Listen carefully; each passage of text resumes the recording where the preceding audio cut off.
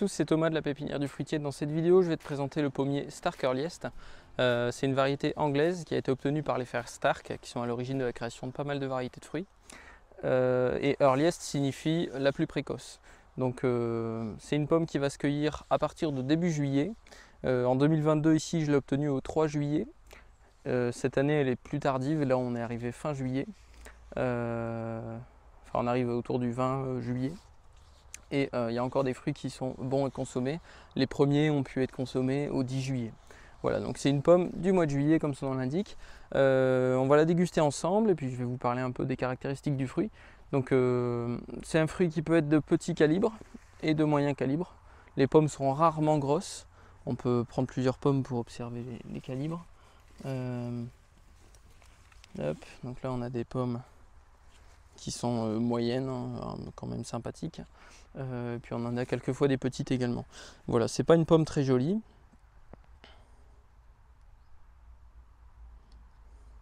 C'est pas une pomme qui est très jolie, elle va avoir une peau un peu blanche, verdâtre, avec une petite face rouge mais mouchetée. Donc c'est pas très esthétique.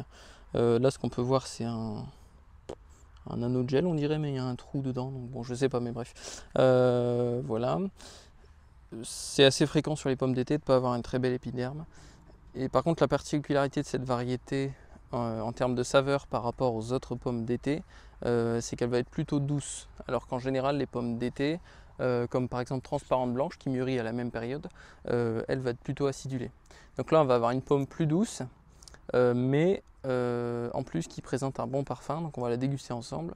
Et par rapport aux autres années, elle est un peu moins douce, elle est un peu plus acidulée, mais cette année 2024 se montre avec très peu d'ensoleillement et beaucoup de pluviométrie, donc ça favorise pas du tout le sucre dans les fruits, du moins dans le nord, là où on se trouve.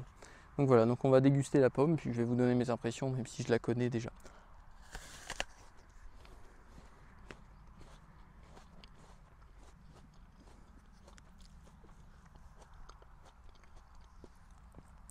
Donc là on est sur une pomme tendre. En général les pommes qui mûrissent assez tôt en saison se conservent peu de temps. Donc elles vont vite devenir farineuses. L'avantage sur cette variété qui a une récolte plutôt échelonnée, c'est qu'on va pouvoir avoir des fruits pendant 2-3 semaines qui sont bons à consommer sur l'arbre. Donc au début elle va être croquante, juteuse, douce, et après elle va devenir plus tendre et ensuite devenir farineuse, et là elle est plus du tout intéressante à consommer.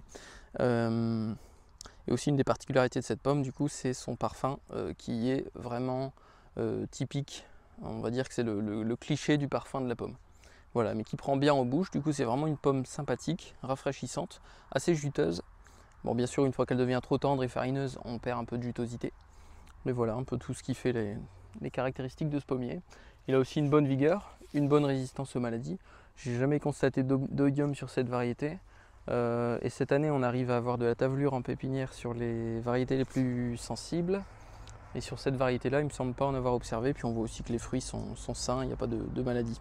Ça c'est pas une maladie, c'est un problème qui n'est pas une maladie. Si c'est un anneau de gel, c'est dû au gel. Et toutes les variétés ils sont plus ou moins sensibles. Donc voilà. Bon, cette vidéo touche à sa fin. Tu peux retrouver notre production de la pépinière sur le site internet lapépinièredufruitier.fr. Et si jamais tu t'intéresses aux fruitiers, aux fruits, à leur conduite, comment les entretenir, eh bien, je t'invite à t'abonner à la chaîne YouTube. Ainsi, tu pourras voir les futures vidéos qui arriveront sur la chaîne. Voilà. N'hésite pas à laisser un commentaire si tu connais cette variété et à aimer la vidéo si tu veux nous soutenir. Voilà. Tu peux aussi partager la vidéo. Bonne journée, au revoir.